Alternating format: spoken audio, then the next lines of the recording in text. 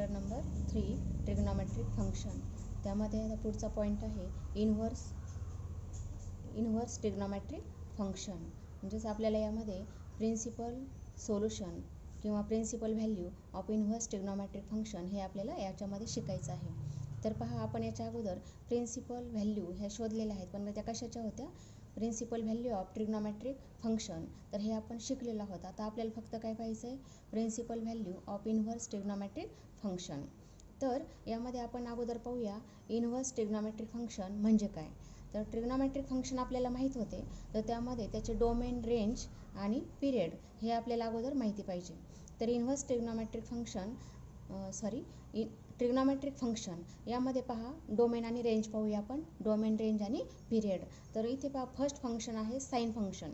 तर साइन फंक्शनमध्ये domain R आहे आणि रेंज त्याची -1 to 1 आहे. क्लोज इंटरवल -1 to 1 आणि पिरियड त्याचा आहे 2π. म्हणजेच यामध्ये साइन फंक्शन याच्यामध्ये जे अँगल आपण वापरले जातात, म्हणजे sine theta belongs to R किंवा थिटा बिलॉंग्स टू आर म्हणजेच रिअल नंबर.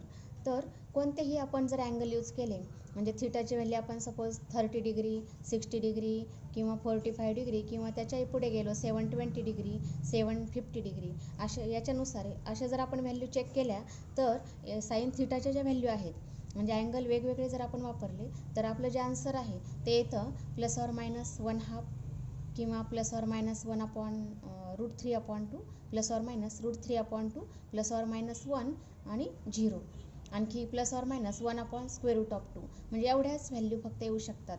पुन्हा पहा, साइन थिटा इक्वल टू, आता थिटा बिलॉंग्स टू आर आहे, तर व्हॅल्यूज काय येतात? 0, +or-1, +or-1/2 +or-√3/2 आणि +or-1/√2. एवढ्याच व्हॅल्यू येतात. याच्या व्यतिरिक्त इतर व्हॅल्यू येत नाहीत. याचा अर्थ म्हणजेच व्हॅल्यू साइन थिटाच्या व्हॅल्यू लाईज बिटवीन -1 अँड +1. म्हणजे -1 पासून -1 पण येईल, +1 पण येईल आणि त्याच्या दरम्यानच्या व्हॅल्यू येतील. म्हणजे -1 to +1 ह्या दरम्यानच्या व्हॅल्यू येतात. म्हणून याचा जो रेंज सेट आहे हा आहे -1 to 1 आणि पिरियड आहे 2π. म्हणजेच साइन ऑफ 360 डिग्री. याच्यानंतर 360 नंतर पुन्हा त्याच व्हॅल्यू रिपीट व्हायला लागतात. म्हणजे साइन 30ची व्हॅल्यू जी असेल तीच असेल साइन 360 + 30ची, म्हणजे साइन 390ची व्हॅल्यूसुद्धा तीच व्हॅल्यू येईल. याचा अर्थ 360 नंतर व्हॅल्यू रिपीट व्हायला लागतात. म्हणजेच 2π is the period of sine theta. मग आता आपण काय पाहिलं? साइन फंक्शनमध्ये रेंज पाहिलं आणि डोमेन पाहिला. डोमेन आहे रिअल नंबर आणि रेंज आहे -1 to 1 आणि पिरियड आहे त्याचा 2π. आता ह्याच टाईपमध्ये पहा कोसाइन फंक्शन. सेकंड फंक्शन आहे कोसाइन फंक्शन. कोसाइन फंक्शनमध्ये डोमेन आर, रेंज आहे -1 to 1, सेम आहे, कारण कॉस थिटाच्या व्हॅल्यू ह्यासुद्धा -1 to 1च्या दरम्यानच येतात आणि पिरियड आहे 2π. Third function tan theta, tangent function. आता टॅन्जंट फंक्शनमध्ये डोमेन आहे r - 2n + 1π/2 and n belongs to Z.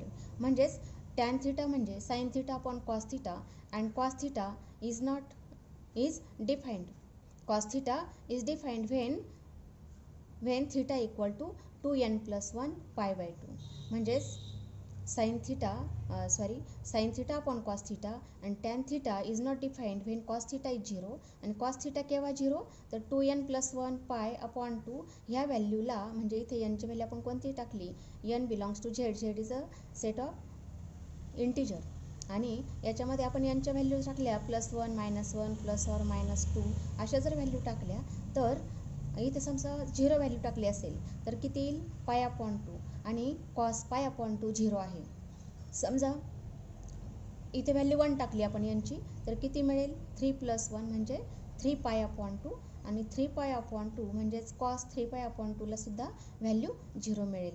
म्हणजेच cos थिटा इक्वल टू 0 येईल. म्हणजेच tan theta is not defined when r - 2n + 1π/2. Tan theta is defined when त्याचा domain set येतो r म्हणजेच एवढ्या व्हॅल्यू सोडून त्याचा डोमेन सेट असेल रिअल नंबर, पण एवढ्या व्हॅल्यू सोडून. कॉस थिटा ज्या व्हॅल्यूंना 0 येतो तेवढ्या व्हॅल्यू सोडून त्याचा डोमेन सेट आहे आणि रेंज आहे रिअल नंबर. त्यानंतर पिरियड याचा पाय, म्हणजेच पाय नंतर ह्या व्हॅल्यू टॅन थिटाच्या रिपीट व्हायला लागतात. त्यानंतर कोटॅन्जंट फंक्शन, याचा डोमेन पहा. कोटॅन्जंट फंक्शन म्हणजेच cos theta upon sine theta. मग साइन थिटा कोणत्या व्हॅल्यूना 0, एन पायला 0 आहे, म्हणजेच साइन पाय 0, साइन ऑफ 2 पाय 0, अशा आपण यांच्या वेगवेगळ्या व्हॅल्यू टाकल्या तर त्या व्हॅल्यू काय होईल, साइन ऑफ एन पाय 0 आहे.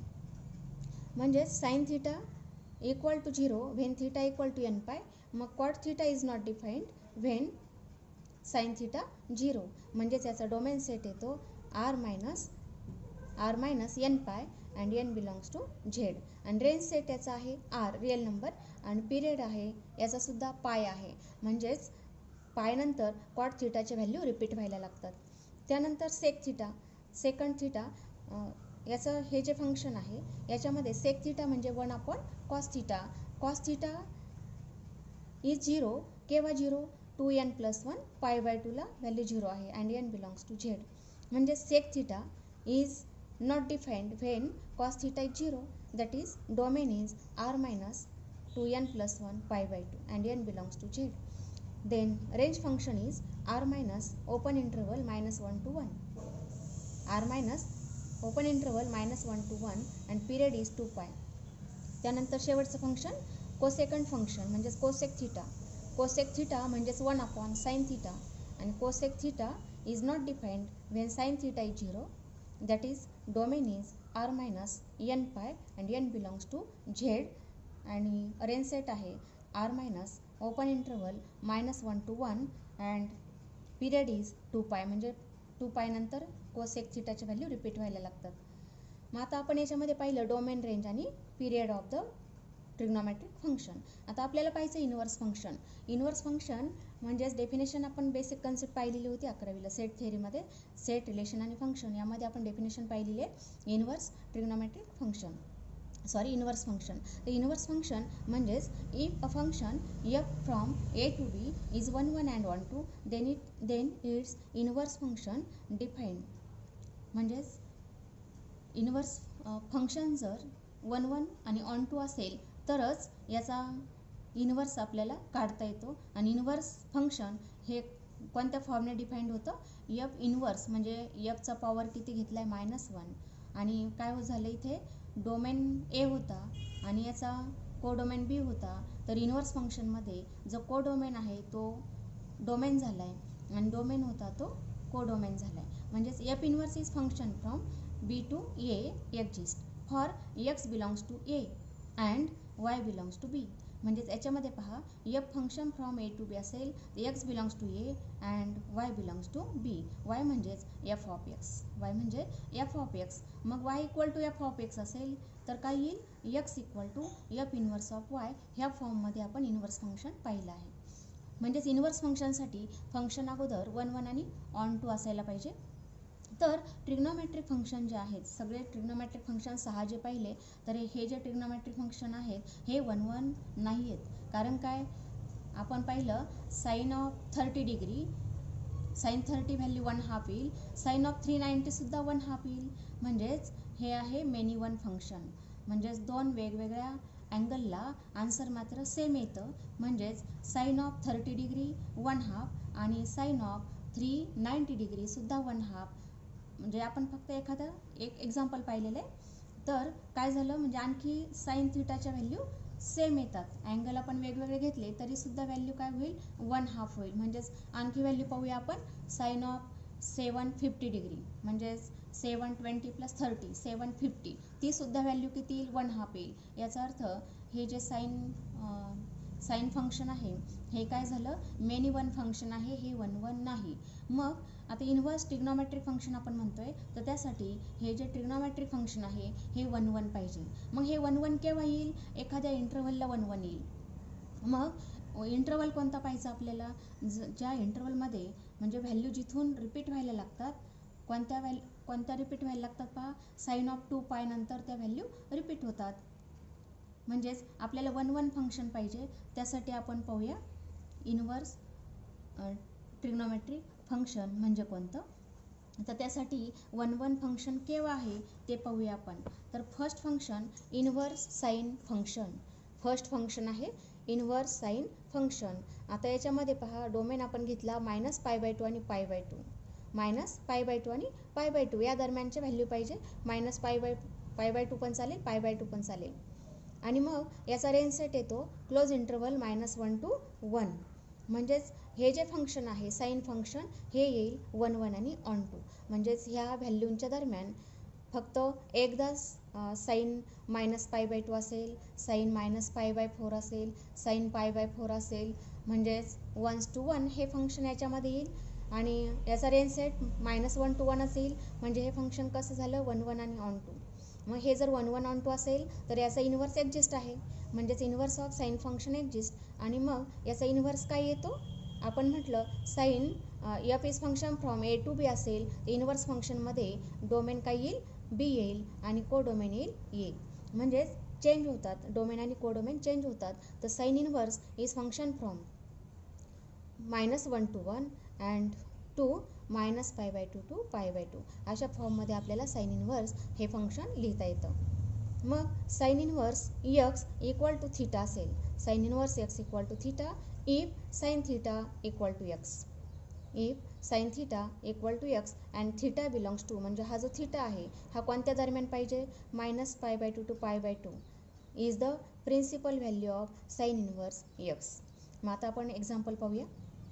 म्हणजेच याचाच जे प्रिन्सिपल व्हॅल्यू ब्रँच म्हणतो आपण त्याला. मग हा जो डोमेन आहे हा महत्त्वाचा आहे. डोमेन आहे -pi by two to pi by two. तर ह्याच दरम्यान आपली थिटाची व्हॅल्यू आली पाहिजे. मग एक्झाम्पल पहा. साईन पाय बाय 6 आहे, म्हणजे साईन 30 डिग्री आहे 1/2. तर हेच कसं लिहिता येईल, साईन इकडे घेतला ह्या RHS साईडला तर काय लिहिता येईल, sine inverse 1/2 equal to pi by 6. That is sine inverse 1/2 equal to किती आलं पाय बाय 6. आणि पाय बाय 6 म्हणजे 30 degree lies between -pi by two and pi by to. and therefore pi by 6 is the principal value. Therefore pi by 6 is the principal value of sin inverse 1/2. म्हणजे अशा फॉर्मने आपल्याला हे एक्झाम्पल सॉल्व करता येतं. तर पुढची व्हॅल्यू पहा. Sine pi minus pi by 6. Pi minus pi by 6 म्हणजे किती मिळतं 5 पाय बाय 6. ही सुद्धा व्हॅल्यू 1/2 आहे. साईन 5 पाय बाय 6 1/2 आहे. पण हे सुद्धा आपल्याला असं लिहिता येईल, साईन इकडे घेतला तर साईन इन्व्हर्स 1/2 आणि इक्वल टू किती येतं 5 पाय बाय 6. पण 5 pi by 6 not lies between -pi by 2 and pi by 2. 5 pi by 6 does not belongs to -pi by 2 and pi by 2. म्हणजे -90 आणि +90च्या दरम्यान 5 पाय बाय 6 नाही. म्हणून आपल्याला अशा फॉर्ममध्ये sine inverse 1/2 equal to 5 pi by 6 लिहिता येणार नाही. Does not equal to 5 pi by 6. Only sine inverse 1/2 equal to pi by 6. Therefore pi by 6 is the only principal value. म्हणजे एकच प्रिन्सिपल व्हॅल्यू आपल्याला इन्व्हर्स फंक्शनमध्ये, इन्व्हर्स ट्रिग्नॉमेट्रिक फंक्शनमध्ये लिहिता येते. तर पुढचं एक्झाम्पल पहा. Sine -pi by 4 equal to -1 upon square root of 2. Therefore sin inverse -1 upon square root of 2 equal to -पाय बाय 4 equal to -पाय बाय 4. and therefore -पाय बाय 4 lies between -पाय बाय 2 and पाय बाय 2.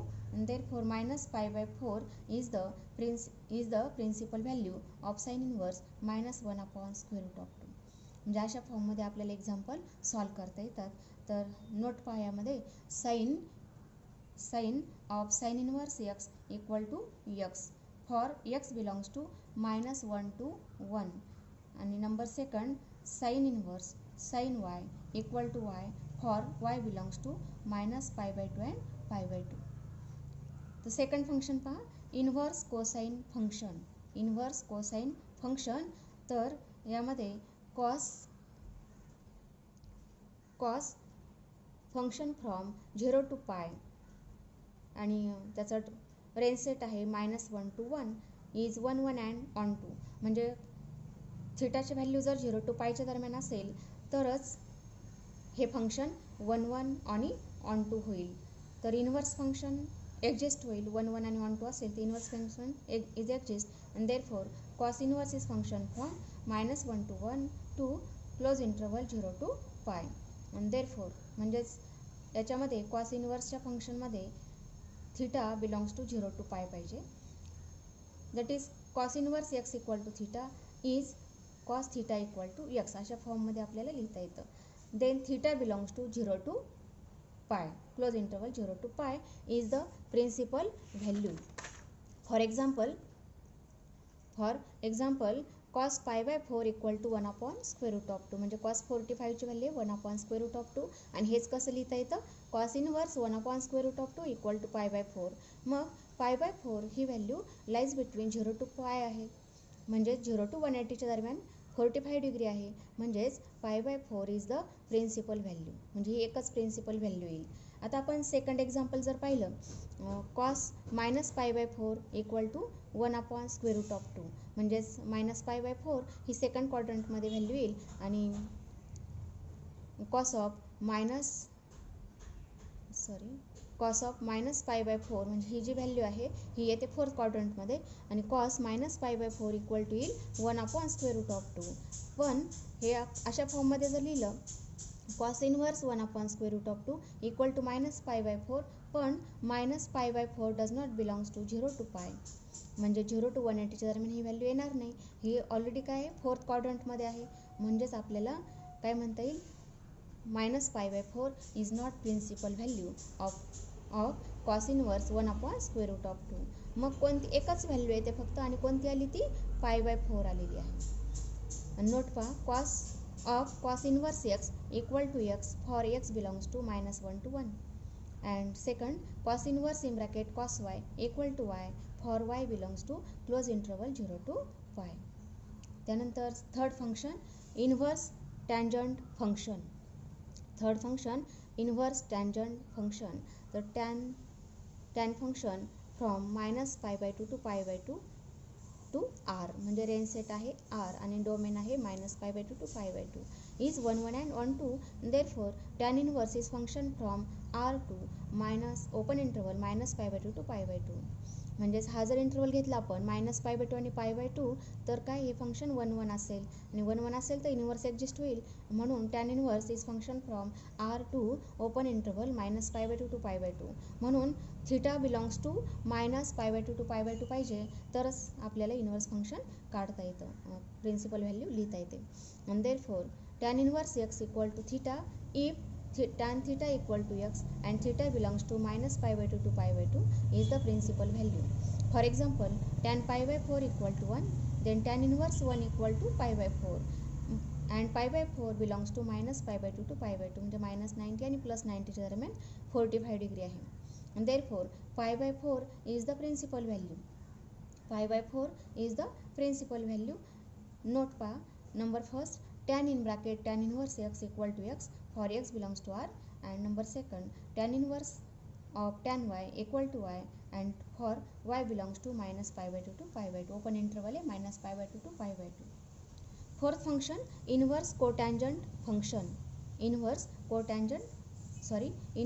cosecant function. मग cosec function is function from close interval minus pi by 2 to pi by 2 minus singleton 0 आणि range set R minus open interval minus 1 to 1. म्हणजेच theta belongs to जर close interval minus pi by 2 to pi by 2 except 0 जर असेल तर हे फंक्शन 1 1 आणि onto आहे. Then cosec inverse is function from R minus 1 to 1 to त्याचा range set close interval minus pi by 2 to pi by 2 except 0. That is cosec inverse x equal to theta if cosec theta equal to x and theta belongs to close interval minus pi by 2 to pi by 2 except 0. For example, cosec pi by 6 equal to 2, म्हणजे cosec 32 आहे, तर हेच कसं लिहिता येतं, cosec inverse 2 equal to pi by 6 and pi by 6 belongs to minus pi by 2 to pi by 2 is the principal value of cosec inverse 2. Note number first, cosec of cosec inverse x equal to x for x belongs to r minus open interval minus 1 to 1, and number second cosec inverse in bracket cosec y equal to y for y Note number first, cosec in bracket cosec inverse x equal to x for x belongs to r minus 1 to 1, Number second, cosec inverse cosec y equal to y for y belongs to close interval minus pi by 2 to pi by 2 except 0. पुढचं function number 5, inverse second function. तर sec theta is function from close interval 0 to pi except pi by 2 and range set r minus -1 to 1. This function is 1, 1 and onto, and therefore inverse exists, and sec inverse is function from r minus -1 to 1 आणि त्याचा range set येईल close interval 0 to pi minus pi by 2, 0 to pi minus pi by 2 येईल. This we write sec inverse x equal to theta if sec theta equal to x and theta belongs to close interval 0 to pi except pi by 2. For example, sec pi equal to -1. For example, sec pi equal to -1. तर हेच कसं लिहिता येईल पहा, sec inverse of -1 equal to pi आणि pi belongs to close interval 0 to pi, close interval 0 to pi except pi by 2, म्हणजे फक्त 90 degree सोडून. pi is the principal value. Therefore, pi is the principal value of sec inverse of -1. अशा फॉर्ममध्ये example आपल्याला लिहिता येतं. तर note number first, sec inverse x equal to x for x belongs to r minus open interval -1 to 1.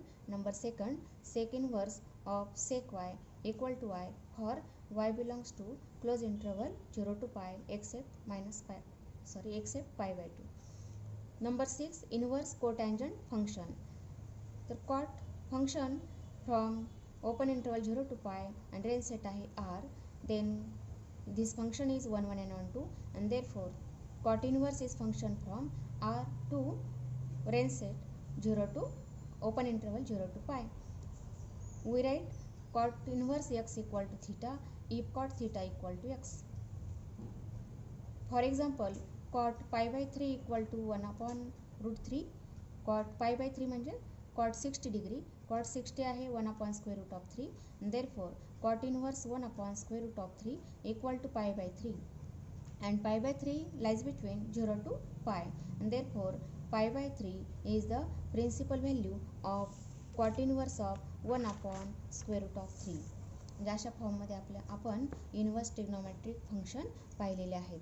तर पुन्हा पहा, sine inverse is function from close interval -1 to 1 आणि पुढचा जो रेंज सेट आहे तो आहे -pi by 2 to pi by 2. Close interval आहे म्हणजे -90 आणि +90च्या दरम्यान व्हॅल्यू येतात आणि -90 पण येईल +90 पण येईल.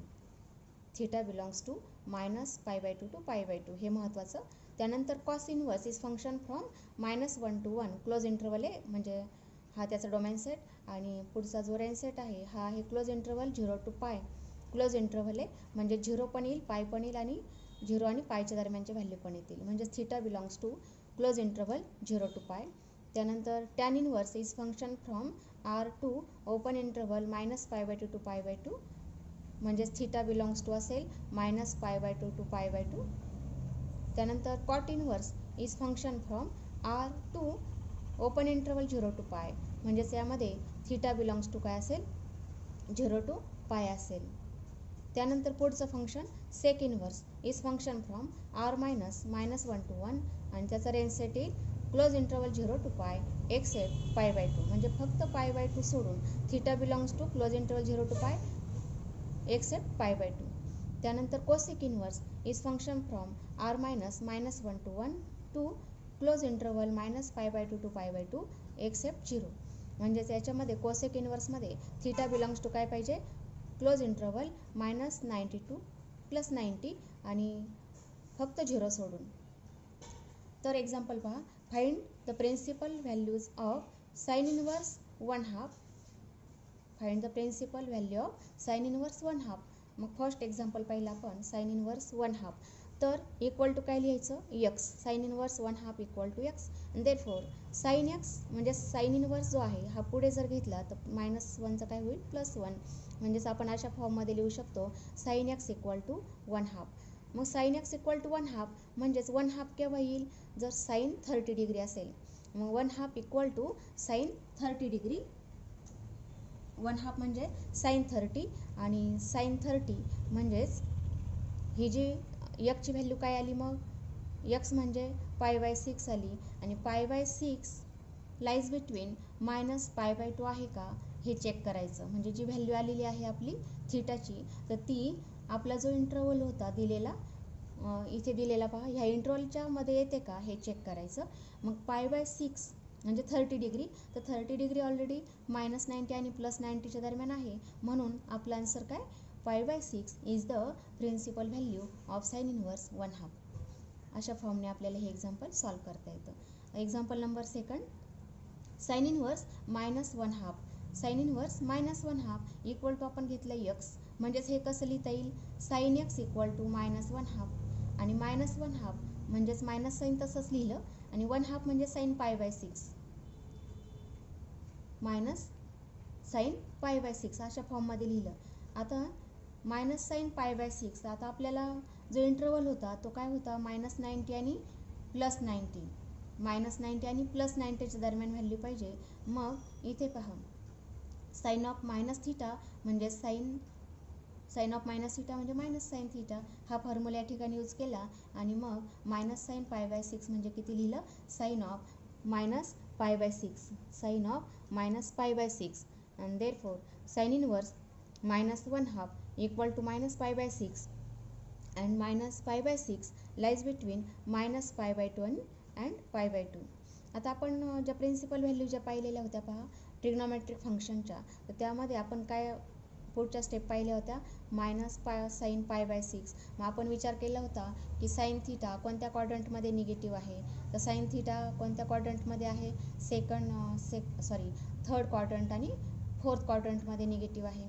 मग आपण काय विचार केला होता थर्डमध्ये असेल तर π+θ वापरलं मग π+π/6 लिहिलं आपण π+π/6 म्हणजे ते किती आलं होतं मग 7π/6 ही त्याची आपण प्रिन्सिपल व्हॅल्यू काढली होती. आणखी फोर्थ क्वाड्रंटची एक व्हॅल्यू पाहिली होती 2π - π/6 2π - π/6 म्हणजेच ते येतं 11π/6. मग आपण त्या व्हॅल्यूला जर मल्टिप्लाय केलं म्हणजेच एक अँगल येतो थर्ड क्वाड्रंटचा आणि एक होतं फोर्थ क्वाड्रंटचा तर त्याच्या व्हॅल्यू येतात म्हणजेच आपण पाहिलं 7π/6 आणि 11π/6 does not belongs to -π/2 and π/2.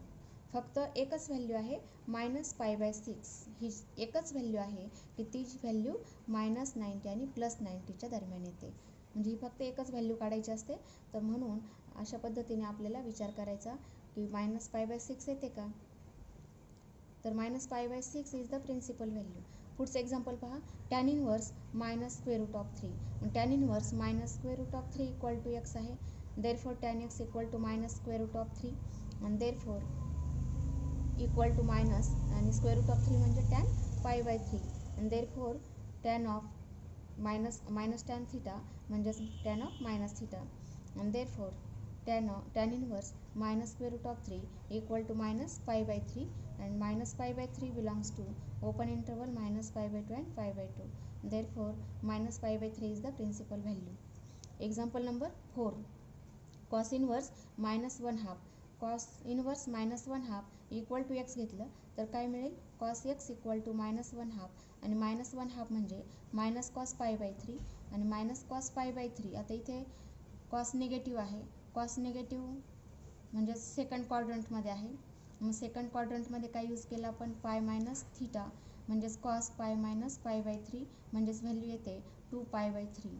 मग 2π/3 म्हणजेच 120 डिग्री आणि 120 lies between 0 to 180 degree and therefore 2π/3 is the principal value of cos inverse -1/2. इथे पहा आपण जर हा फॉर्म्युला यूज केला असता cos of